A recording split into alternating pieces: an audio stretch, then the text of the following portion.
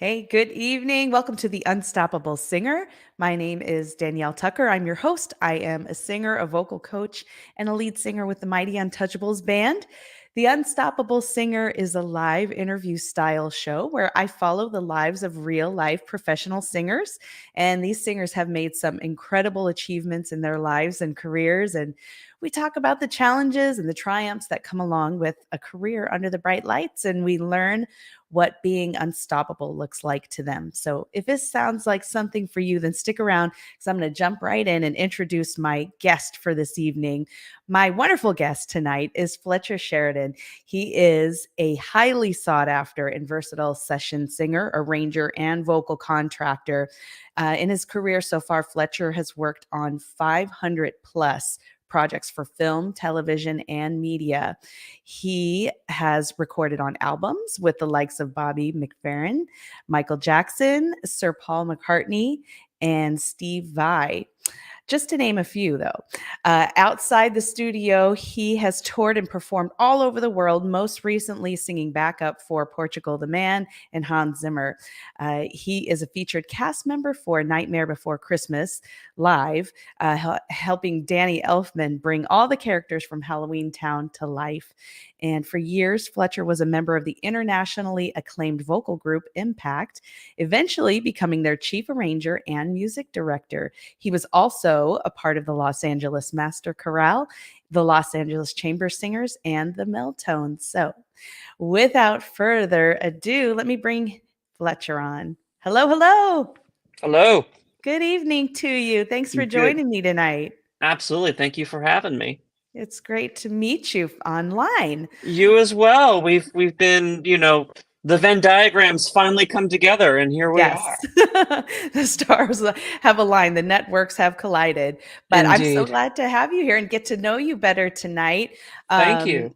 it's exciting reading your bio and your background, and of course I've Instagram stalked you too, so I see Oh all of the boy. amazing projects you've had going on. But tell me more. We're not terribly far into 2023 yet. What's been going on for you this year so far? For me, it's this year, it's been a transitional year in my career. I think I spent a lot of time in my journey being shy or insecure, doubting my experience and not trusting it. And this year, in the last year or and a half or so, I've been grateful to come across situations that have compelled me to get over myself and say, "Hey, you know what? You've been doing this for a minute, and maybe you do know what you're talking about, or at least can find the people who do know what they're talking about." Um, that's been great, stepping into leadership roles, being the LA Singer Chair for SAG-AFTRA. I'm one of the conductors now for a LA Choral Lab, a choir for which I sing. I'm conducting half the show, getting to conduct a choir, which I think if you had asked me 2 years ago, I would have scoffed at you. Um, but it's been really exciting just in my own mindset, these opportunities that have compelled me to rise to the occasion and assume these roles that kind of require more, I don't know, the lack of a better word, responsibility. Hmm. Uh, yeah, leading a rehearsal, conducting a choir, getting to do more vocal contracting, being the LA Singer Chair, being these positions that I would in previous years felt like a total imposter. I've spent so many years with imposter syndrome. Um, it's I'm grateful that these opportunities come along that are helping me get over that. Yeah, it really is. What an incredible thing, imposter syndrome. So lovely because it really seems to creep up when like the biggest opportunities of our careers come along. And that's when it's Absolutely. really, seems to be most prominent in all of our lives where we've worked, we've done the Yeah. schooling, we've done the training, we've paid the dues, we've gained the experience. And then when it's time to arrive and do what you've prepared for, then we're like, hopefully no one figures out that like I have no idea what I'm doing. Totally. I think maybe it's a result of just the way a friend of mine told me one of the great things about this business is there's no top of the ladder. There's no I become CEO of this company, game over. I won the game. You're Yeah. always climbing, and you're always. I think with that, it's easy. At least it was in my journey to kind of accidentally bleed in the imposter syndrome because in order for that climb, you kind of have to feel like the underdog the whole time, Yeah. and getting to kind of let myself be an established person and Mhm. hey, I've been doing this for 30 years, maybe I can get over that now. Right, right. Yeah, I know. Maybe a healthy doses of it are okay Yeah, because it does kind of keep the ego in check, but it also keeps you motivated to keep bettering, keep learning, keep absolutely.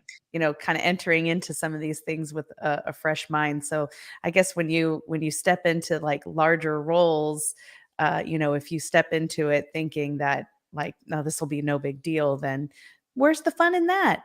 Yeah, absolutely. And also accepting that there will be situations that you don't necessarily have all the answers for, but just trusting your body of experience, like you said, Yeah. you spent the time training, you spent the time cutting your teeth, doing Hmm. things, and those are experiences that are completely valid that you can call upon. Yeah. I think it's something that we all eventually are going to experience if we don't experience it just for a lifetime, if it's not something that just sticks with us forever. I've got Edie in the comments and she says that Fletcher is unstoppable Boah, and hi Edie. I think she's saying I'm so in love with you. I think she meant to put the word love in there. And she says therapy and terrific friends help me with my imposter syndrome. So true. Me too. Samesies. Yeah, really helps with who you surround yourself with and, you No know, doubt. how you And also as you get older, there's this wonderful body of experiences that you can call upon when that voice in your brain Mhm, starts to get loud and say, "Hey, nice try. I've got all this wonderful empirical evidence that is 30 years of doing this." You know? yeah, So keep it down, voice in my head. right. Which Yeah, sometimes it works, sometimes it doesn't, but it's been working more lately than in previous years. yeah, and why do you think that is? What do you think has, helped you reframe that? Is it the experiences that you're referencing or did, It's the um experiences, mhm, it's not it's getting rid of the doubt and fear. It's those experiences paired with stepping into these roles and knowing I have something to offer. mhm, Like the LA Singer Chair thing, y- even a year before that happened, I would have not wanted to do that. mhm, But realizing that I can do that and I have something to offer that, and if I didn't think I should do it, I would truly want I would I would say, "Hey, somebody else, that other person would be excellent." And, mhm. you know, that just trusting that and saying, "Okay, I could do this. I have something to offer. Let's go." And Yeah, it's been so liberating because more times than not, while there are of course gonna be bumps in the road, mhm. it's I've come out on the other side stronger and more confident in my skills and my abilities. Yeah, that's awesome. Yeah, and you've got some great big roles that you're involved in now.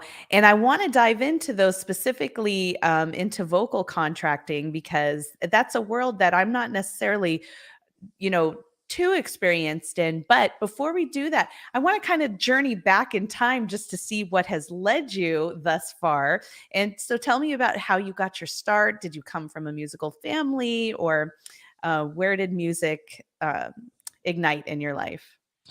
I did come from a musical family. My mom was a professional songwriter, and so I grew up around lots of singers singing. My mom and I sang together. I think one of my first memories is, singing in harmony with her Sesame Street as, a little kid. Mhm, mhm, Um, and my dad, while he was not a musician, he had excellent taste in music. Steely Dan. I got my Steely Dan reference in. yeah. Um, and Lambert Hanks and Ross, and geez, I remember we even listened to a Dan Hicks and his Hot Licks. I mean, he had such an eclectic taste. And my mom did too. I mean, Joni Mitchell, Mhm. and she was way into singer-songwriters, Billy Joel and Mhm. Todd Rundgren, and Laura Nyro, I think, is one of her favorites. Oh, So wow. I grew up around a lot of music, and my mom put me in music classes pretty early. I was doing musical theater from a very young age. I tend to joke that I got the parts because I was the one kid that could, the one boy that could sing. I got all the leads. It was like that scene in Wonder Years, the one kid holding out the note. Um, but I casually liked it a lot. Mhm. Was shy about it. Was really shy about singing until I got to high school. Okay. I was 14, and suddenly I went to this music school, and it was, yeah, finally I was around my tribe. It was this revelation in my life, and Mm, I mhm. went full choir nerd, and I never stopped. Yes. Yeah, it's truly it was I was accepting this big part of myself that had low key been pretty central to my life. Mhm. I was cool with everyone letting them know I played French horn. That was okay, totally cool. But singing, no way. Yeah. Until then, so I went to high school. I mean, I'm paraphrasing a lot. I had amazing teachers along the way. Um, Karen Toby was one of them. As a little kid doing musical theater, we would do improv, Mhm. and as part of our prep for the musicals. And I think that improv element has really informed my functionality in the studio, which we'll talk about later. Mm. Great teacher in high school. I just my path is on the shoulders of wonderful teachers who believed in me, kicked my butt, um, made me not just rest on my laurels. I went to a high school with a bunch of talented people, and I figured out really quickly that talent is the bare minimum for what we Mm. do. Oh, That's the wow. least. That's the least you can Great be. statement. Great statement. Um, because yeah, everyone. I was in a school surrounded by Wunderkinds. They're Mhm. all excellent players, singers, dancers. Um, so yeah, not resting on my laurels. Yes, I had a lot of raw talent, and that's always been kind of at the core of me. Is I'm with that, and the imposter syndrome thing working in my favor, constantly like no one's going to take me seriously. I got to take jazz arranging. I got to take harmony. I got to take musicianship. Everyone's going to think I'm a singer who doesn't know what he's talking about. Mhm. Um, in that way, it kind of fueled me, paired with my obsession with singing and vocal music, especially harmony. I mean, once I started listening to Take Six, I rediscovered them in my high school journey, and blown my mind blown wide open. Mhm. New York Voices, Rio Group, all the vocal jazzies, all that stuff informed my journey. And then my first session, um, I was 13 for David Foster's solo Christmas album. And I don't even remember who called me on it. I just Mhm. did it and it was fun. I'm like, okay, that's cool. They fed us pizza. I like pizza, and we sang a song. But flash forward to my first film call, which was Anastasia, uh, and it was this lightning bolt moment that changed me forever. Mm. Okay. It was, back in the day when they recorded everything at the same time. The choir, the orchestra, the children's choir, all together and on Sony scoring stage with the Mhm. giant screen showing the movie. My 16-year-old brain just, I have to do this forever. I don't know how. I must have been so obnoxiously happy because on the hi everyone, how you doing? Oh, this is great. It's a great day. It was really, I was so that it informed every decision on my path from that point on. Yeah, yeah. So you had an early trajectory into studio work, Yeah. and you were already in the live performance space with doing musical theater, but it sounds like early on, before becoming a vocal contractor, you were also touring, doing some background vocals for other artists. How did that come to be? The touring, especially with m-pact, came about just through the people I'd met in town. You know, Mm, I was doing the studio thing, in LA Master Chorale, and this phone call came, and that group needed an alto, mhm, and I auditioned for it, thinking I totally bombed it, but mhm, I didn't. And they asked me to join them, and I did, and got to tour the world and really get my butt kicked. mhm, It's another one of those situations where it demanded of me more than I thought I could give. I dealt with, you know, I feel like I grew up in this. Most people grow up singing live, and the studio freaks them out. For me, the studio is kind of where I grew up, and singing live freaked me out. right. And I remember horrible anxiety before every show, days leading up to shows. Mhm, Um, and that only got worse when I jumped up to soprano, and suddenly I'm facing this demon that I didn't really realize was a demon. mm, Um, and I got through it with my friends that were with me. mhm. Um, I wish I'd known about propranolol. No, it's a stage fright drug. Um, Really? Oh, yes. yeah, Okay, I know exactly what you're propranolol. talking about. I've never heard it referenced to take, uh, for It was initially found, side note or sidebar, uh-huh. initially prescribed as a blood pressure medication, Mhm. but they found out it's this amazing assist for stage fright anxiety, Wow, which that's I really didn't know about. interesting. So I went through this all by myself, Dang it. which you know, I came out the other side of it feeling so empowered, and suddenly I'm singing soprano in the group and squealing. You know, there's nowhere to hide anymore. Yeah. And I really had to face that, Mhm, and it really empowered me. mhm, Um, Paired with some other studio experiences we can talk about in a bit. Working with a composer and Edie actually, mhm, John Powell, working with him um, at around the same time was just these two combined things that really made me get over myself mhm. and stop freaking out, or at least know that it's not about ego, it's about surrender. You know, you're a vessel for whatever you're doing, Mhm. and getting out of the way and just having fun goes a lot better than trying to worry control into being. Yeah, yeah. Yeah, I wanna, go back to a statement that you made about, when you were in school, saying that you were really, really piling on the theory, all of the courses, the educational academia aspects of it, and you said because you wanted to be taken seriously, you didn't want to be a singer that nobody took seriously, which is really quite common in the industry, is that you're just a singer.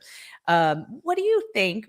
What do you attribute to having influenced that need inside of you? Do you think it was because you had parents who were musicians and kind of got it and knew that aspect of it, or was it the influence of being around other musicians in school?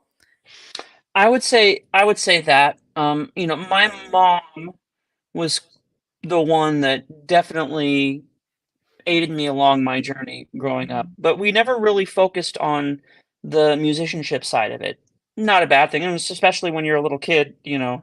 Okay, here's how to read 5/8 to a 7-year-old. You know, at Mhm, least yeah. not this 7-year-old. I didn't, you know. um, but it was an extension of wanting to work more in films, you know, doing that score as a little kid, like, okay, need to read, need to understand what I'm looking at. It's a language, you know, I need to speak this language. This is the language that gets things done quickly, and I want to do this. Yeah. Yeah.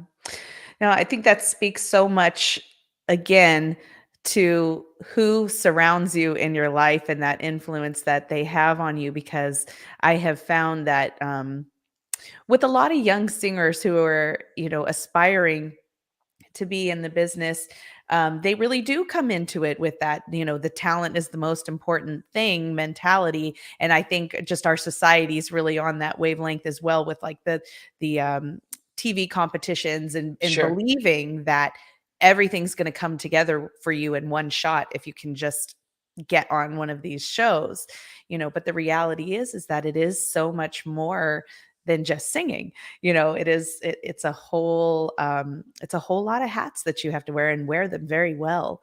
And Yes.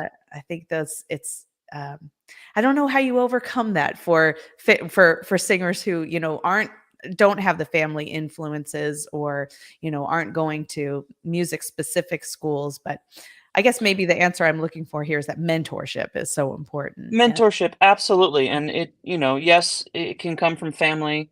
I think it finds a way.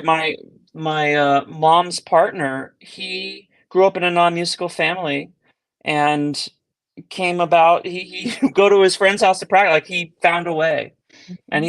he's this brilliant musician, guitar player, toured with oh, what's his name? He blinded me with science. What's his name?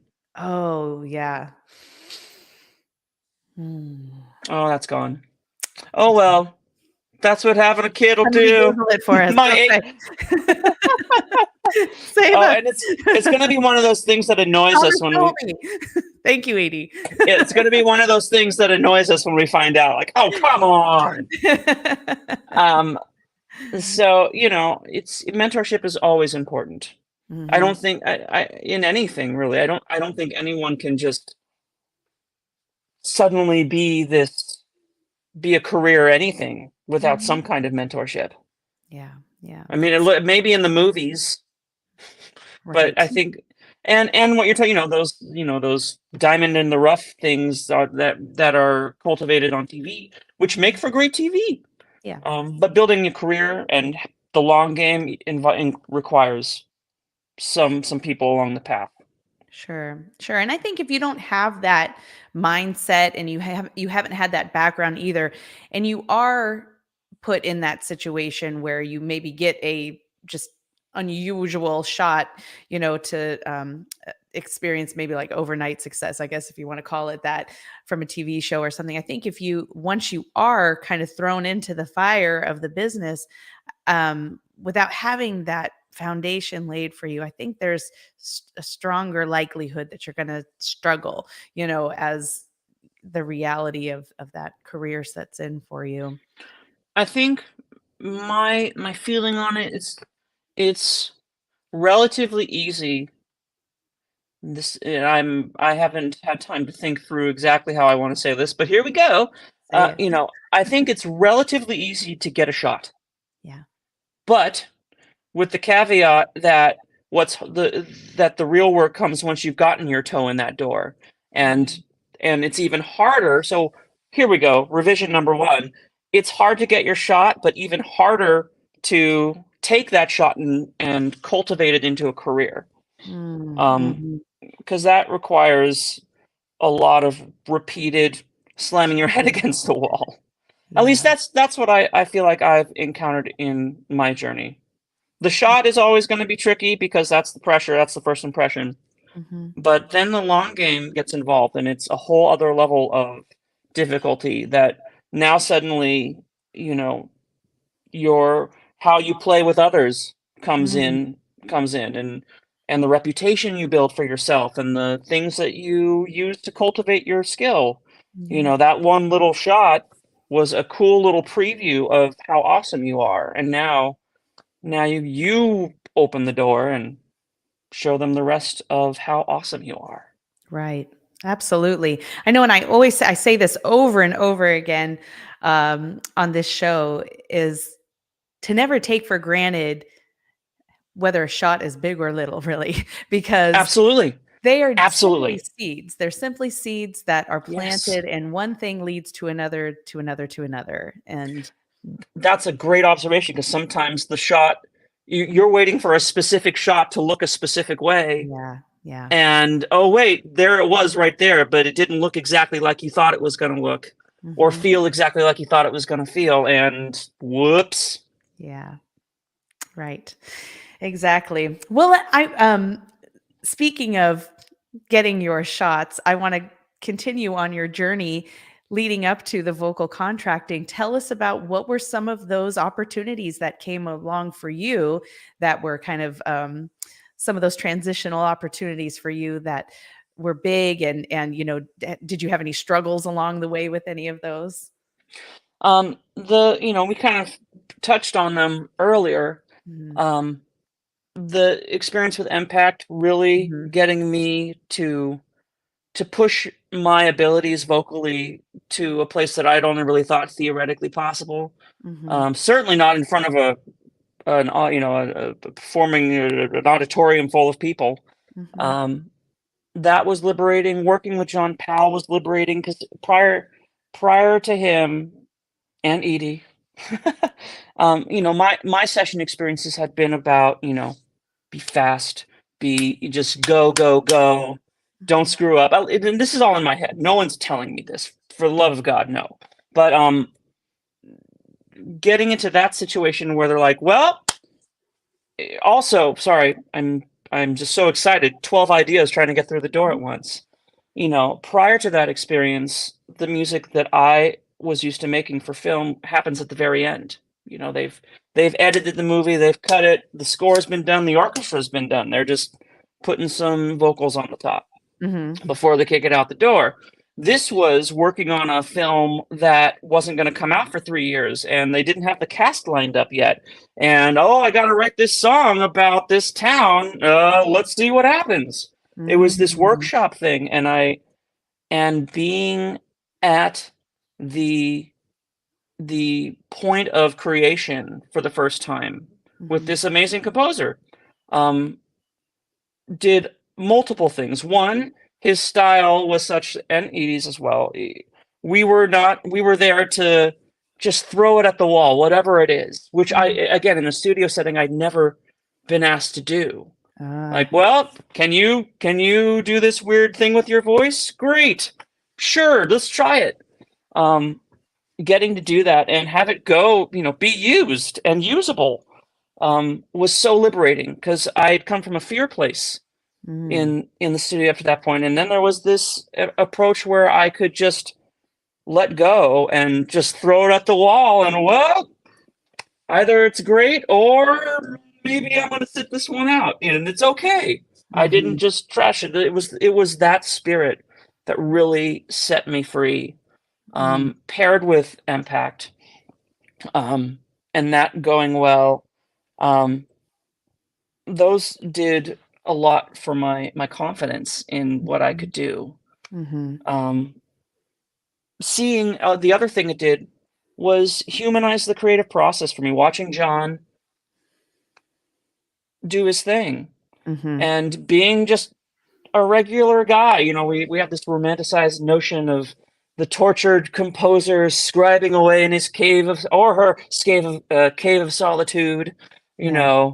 and out comes, they walk out of the darkness days later and they have this opus for us all to enjoy. And it's so not like that. They have deadlines. They procrastinate like we do. They don't, if I didn't have a deadline, I wouldn't do a thing. They're like that too. It Yeah. humanized the whole thing, and it made me not feel like such a lazy expletive. It's like, okay, so great. I've got this confidence now, and the process. My process isn't. I had, if I had over romanticized their process, I under romanticized my process with Mm-hmm. arranging, with all of that stuff. And it really, those two things combined at that point really turned my head around. Mm-hmm. Watching studio greats like Randy and Sally, Randy Crenshaw, Sally Stevens, Bobby Page, Rick Logan, the Hall sisters, the Joyces, watching these people who are just titans and walk in and read it. Rick Logan, to this day, I'm calling him out. The Rick Logan and the Hall sisters can read like nobody's business, and I got to grow up around that and be inspired by that, especially at that age, in my 20s and into my 30s. Mm-hmm. Really, really getting to have my my butt handed to me on a regular basis for about 15 years. Mm-hmm. Yeah. And there's so many more I'm sure I'm leaving out, and I hope whoever I'm leaving out I don't upset. Um, but those really did change everything for me. Mm-hmm. Yeah. So it sounds like I mean, what's coming up for me is you're speaking so much to like what performance anxiety is like and the opportunities that kind of help us overcome them. And I just had this conversation the other day with a friend because I have always struggled with a certain degree of performance anxiety, and I'm more of a live performance singer. Um, and mine has manifested in always needing to be able to see lyrics and just the way my mind panics and my response to that. And I've never quite faced it head on, you know, so that it's not a thing for me. And now I find that as I'm getting older, it's getting worse for me. Yeah, Yeah, and it's really kind of become a hindrance for me, even like this far into my career. You'd think I wouldn't think of it, but I think I have maybe, I don't know, denied that it's a performance anxiety, right? So I love how you're talking about how your process in the studio and just allowing yourself to be vulnerable enough to like make the weird sounds, throw things at the wall, just allow the creative process to happen. That once you just kind of faced it and did the work, that that's what opened up the gates for all of these other future opportunities for you. it was a trying set of years, but so rewarding. Yeah, Hmm. while it was happening, I was a mess, an absolute Yeah. mess. There's no two ways about it.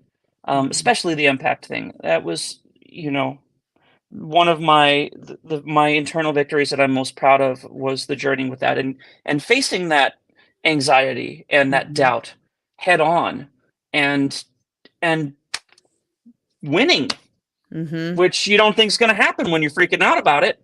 Right. Um, so yeah, it's I'm grateful for those moments, and of course with the Impact guys, it was a great set of guys to do with. We had sang together and toured together. We were really tight knit, and I remember before one show, just after sound check, going back to my hotel room and just crying, Hmm. anxiety crying.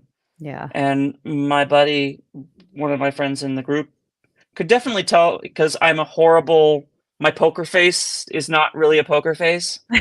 And he came and talked and just kind of talked me down because I was spiraling hard. Hmm. And when Mm. I in that moment realized that this was becoming my process before shows. Like how Mm. my little heart's gonna burst out of my chest if I don't do something Yeah. about this. Yeah. Um, and it got better from there. Yeah. Mm. Leaning on my friends, that was where in the beginning found my strength, was looking down the line and seeing my bandmates, and Mhm. then being vulnerable and letting them in on that process, Mhm. helped me. Yeah. And Yeah. now, and then years later, a few years, this is way in the future, I find propranolol and I try it. I'm like, well, why didn't I just do that? Right? If you'd only I known there's just a pill for it. a magic pill. But again, then I don't know how I would feel about that journey, and how empowered, and how, I mean, I don't know where I land on that, because it informed my development in my 30s so profoundly, and my Mhm. confidence, Mhm. um, that I almost, but at the same time, I know how physically taxing that type of anxiety is for long periods of time, and I Right. don't know that I would want my body to endure that again. Mhm. So I guess it's just one of those, it happened the way it happened. Yeah. Move on. Yeah. I'm so glad you shared that. It's just personally inspiring for me, That's having wonderful. dealing with this just weird, why is this? Why do I still have this thing all these years later? But hey, you It, know, and the more I walk this path, the more it's all 85% mental. Whatever we're doing is it's all about this, and singers especially, since Yeah. our whole apparatus is interconnected. If we're beating ourselves up in here, there's no way it's not gonna affect this. No, yeah. And that's, you know, it's unfortunate, but it's real, and but that's part of what's so wonderful about the human voice, is that this, composers use the voice because it's the connection point to emotion for most people, Mm. whether they know it or not. Mhm. Um, Mhm. when you add vocals to something, that it humanizes it. It is through that emotion that we're worth something. That sounds horrible, but it's that vulnerability. It's that line we walk, um, to do what we do. Right, right. It's I had this exact conversation, and we talked about the emotional aspect of it as well, because my friend asked me like, "Well, what made you fall in love with music and singing in the first place?" And I know for sure I loved the way it made me feel. I loved the way I could make other people feel, and seeing that there was no better, nothing felt better to me than to be able to move someone and, stir some kind of emotion. It gave me such, gratification. And today, when I do find myself in a more confident position and I'm free and not so worried about, perfection and looking at lyrics and things like that, those are the moments that I am most liberated and just fully the performer that I'm, meant to be. But the second I get in my head and think like, oh, wait, what am I doing?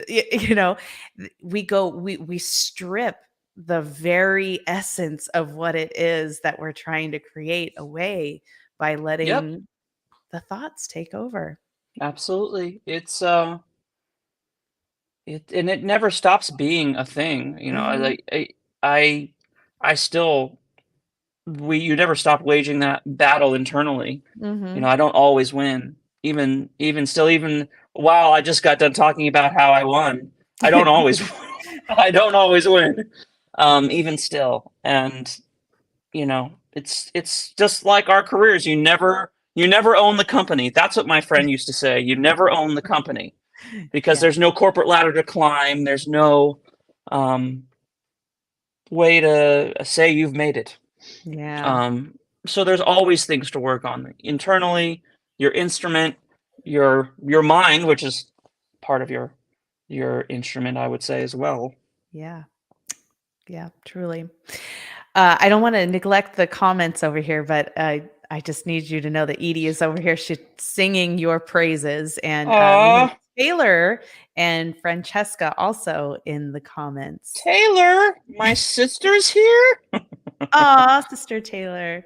Hey, Taylor. Yes, she's the one that remembered Thomas Dolby. Thank you, Taylor. Yeah, yeah. Well, Amazing. I want to ask more questions about the life of a vocal contractor. So, for our singers who are completely unfamiliar with this world, because it is kind of a smaller inner circle, it seems, to singers maybe who aren't like in the Los Angeles area, aren't really part of that at least local community. Tell me what the life process is of a gig that comes up for you, maybe from start to finish, or like what the day in the life of a vocal contractor looks like, or the 6 month span of Right. these projects. It's it really runs the gamut. Yeah. It's in my experience, you can get a call from a composer or an instrumental contractor. Hey, need a budget. Usually starts with a budget. Okay. I think the role of vocal contractor has become a lot of things over the decades, but um, and I have Sally in my mind loud and clear. The role was created by SAG-AFTRA, or then SAG, to Hmm. facilitate paperwork. That's it.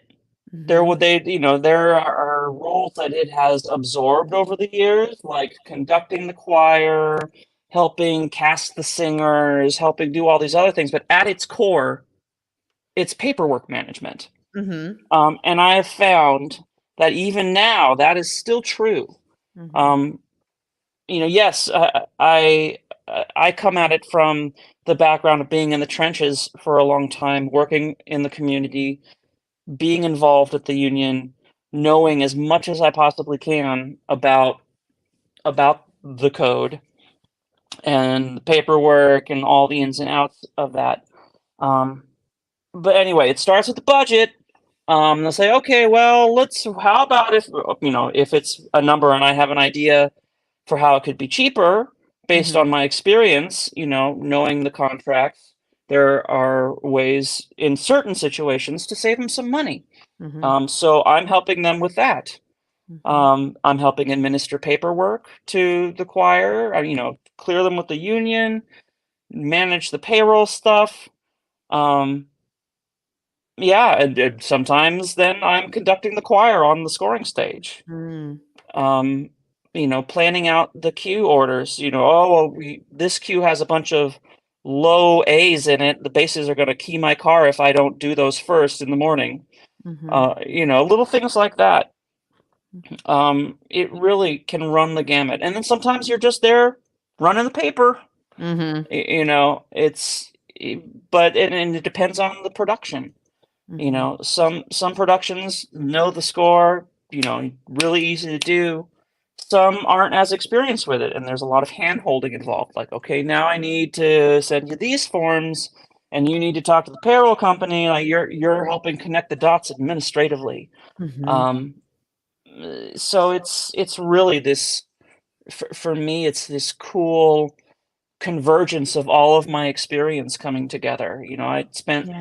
the front part of my career honing my craft, but also, of the 30 years I was singing, 20 of those I've been in SAG-AFTRA committee meetings and happened to be a great resource to productions that want to do this stuff because I know the legacy of what's been done and what can be done, Mhm. and helping on that side be a resource is really, really cool and something it's been this revelation for me of late. Mhm. Mhm. Okay. So that was a really just a spread shot answer. I apologize. That's okay. Because it really is your calmly dissipating chaos Yeah. for the most part. That's not the case across the board, but there's not a typical contracting situation, and I know Edie can back me up on this. I've yet to have when they're normal and fall right in the lines. It's almost like a wait. When's the other shoe going to drop? Yeah. Because there's always some weird thing that doesn't line up. Something you need to check with staff about. Something there's always those little things. Mhm. And just calmly being like, okay, I got it. I will go figure this out.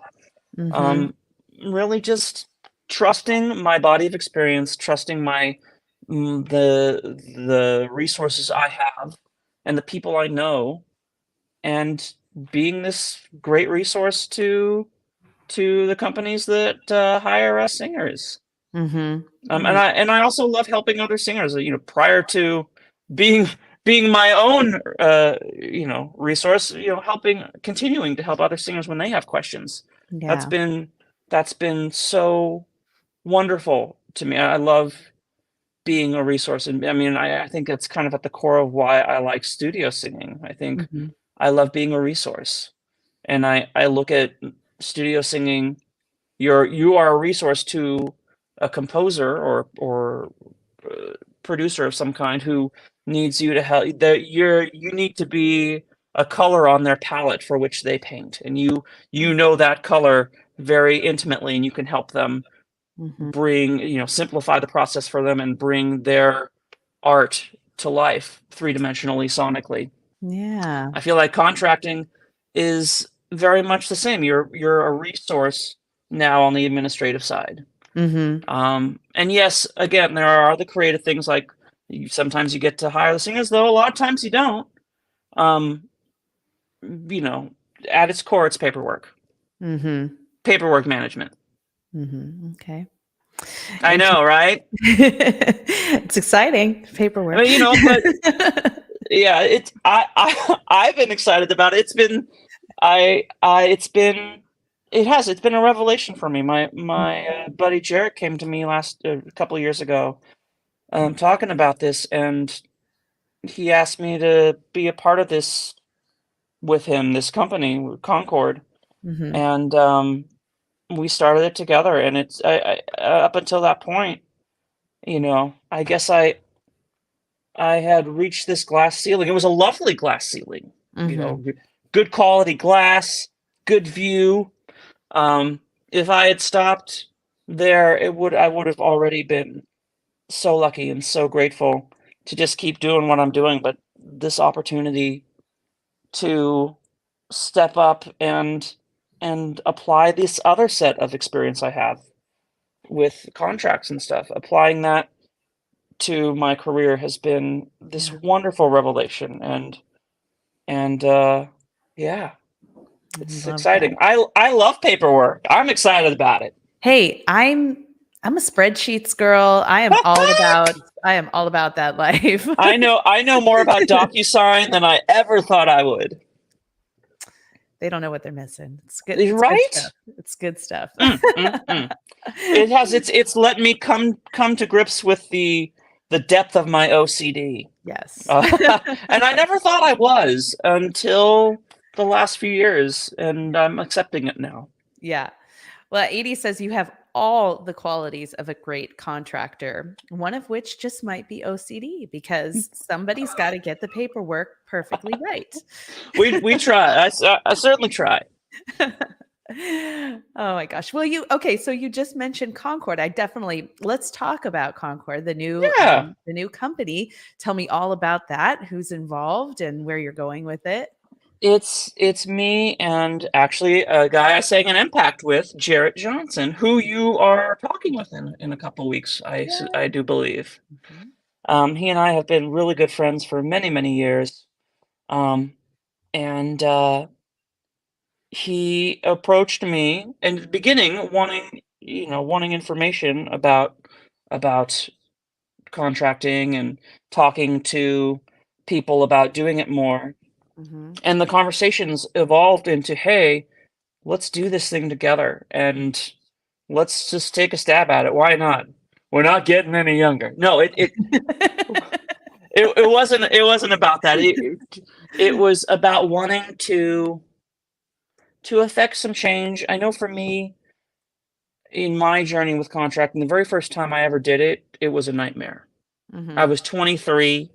It was this random thing that fell in my lap that I co-contracted with a friend, and it just didn't go well. And it definitely scarred me and scared me away from it for a long time. It was a children's choir for the band Avenged Sevenfold. Great band if you don't know. So I mean, it's hip stuff. Prog metal. I don't know if they'd call themselves prog metal, but they don't just do 4/4, so it's prog metal. Okay.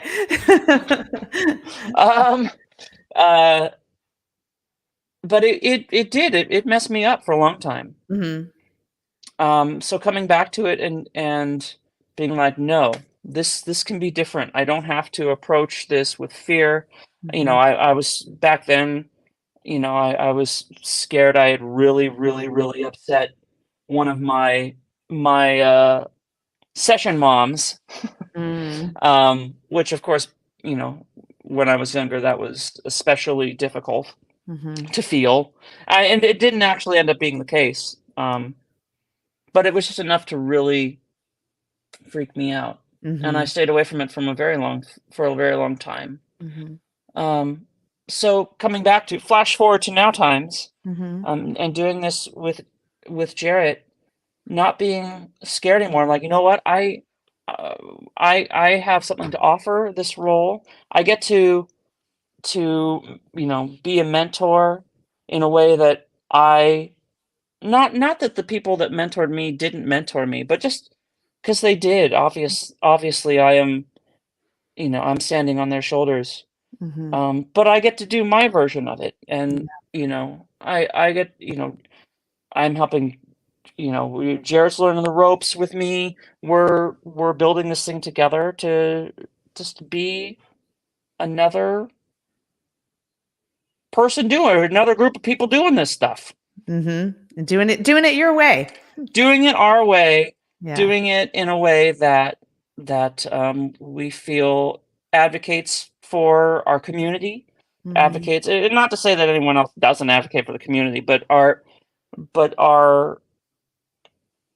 that's what I feel the most in this is me getting to mentor and do things in a way that I'd like to see carry on when Mm-hmm. it's my turn to step away.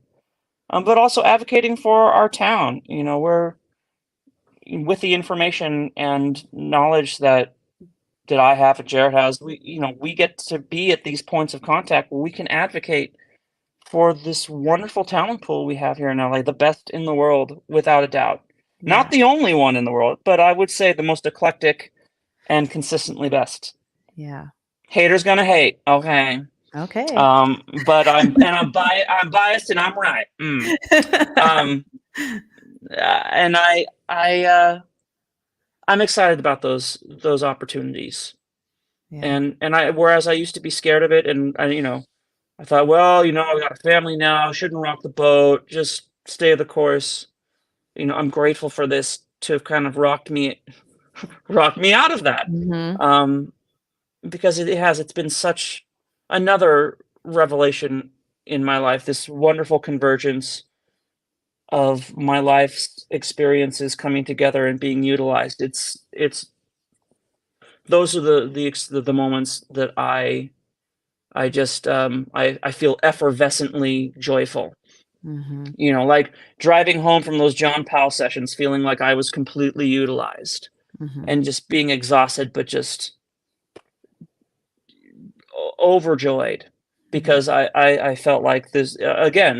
These moments these convergence points that utilize everything in the path that's brought you to that moment. Yeah. Those are just wonderful, and I've been so grateful to have the ones I've had. And with contracting too, Mm-hmm. it's um, for me, it's been fun. There's like these complex little puzzles to solve. Yeah. Um, and you, a younger me would have panicked and anxiously waited by my phone for an email. Um, but now I actually look forward to it. Like, Mm-hmm. what good problem am I gonna have in my inbox? I hope one shows up in my inbox. Mm-hmm. Yeah. I really started to look at these challenges as good problems. Yeah. It's actually me and Jarrett. I back when we started doing this, I got us lanyards for our gig bags or whatever bags, just to put on something and it's just says good problems. I love that. Because that's what we're here to do, is make some good problems and solve them. I absolutely love looking at it that way. That's amazing. That your new venture it sounds so exciting. I'm really happy for you, and I'm Thank excited you. to kind of watch how your journey moves forward. And I'm super inspired just to hear how your journey unfolded over the years. It's very inspiring. It's amazing to hear how you faced all these things, overcame them, and how one thing led to another, and here you are today with this just new venture at your feet, and you're just tackling uh what do you call them, good problems?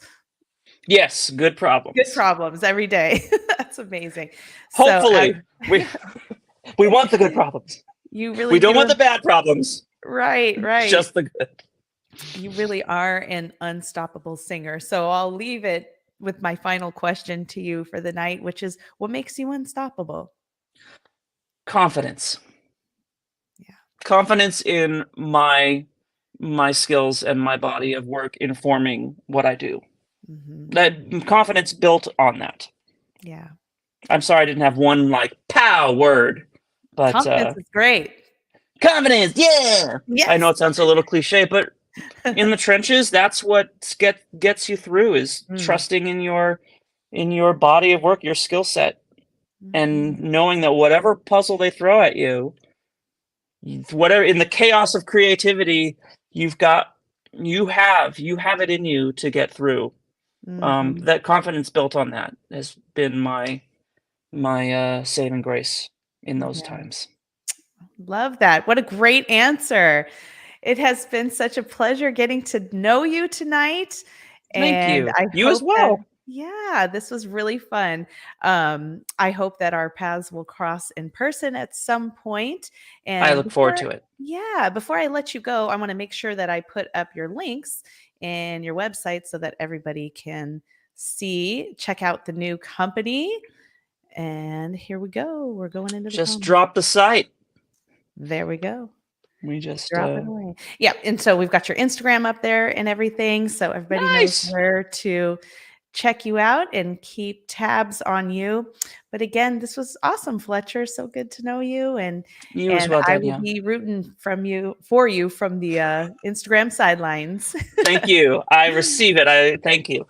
Awesome. And again, thank you for having me on this show. I'm so grateful to get to talk to you and talk to whoever's listening and watching. And Yes. yeah, thank Yeah, you. and thank you so much for everybody who joined us tonight live and jumped into the comments.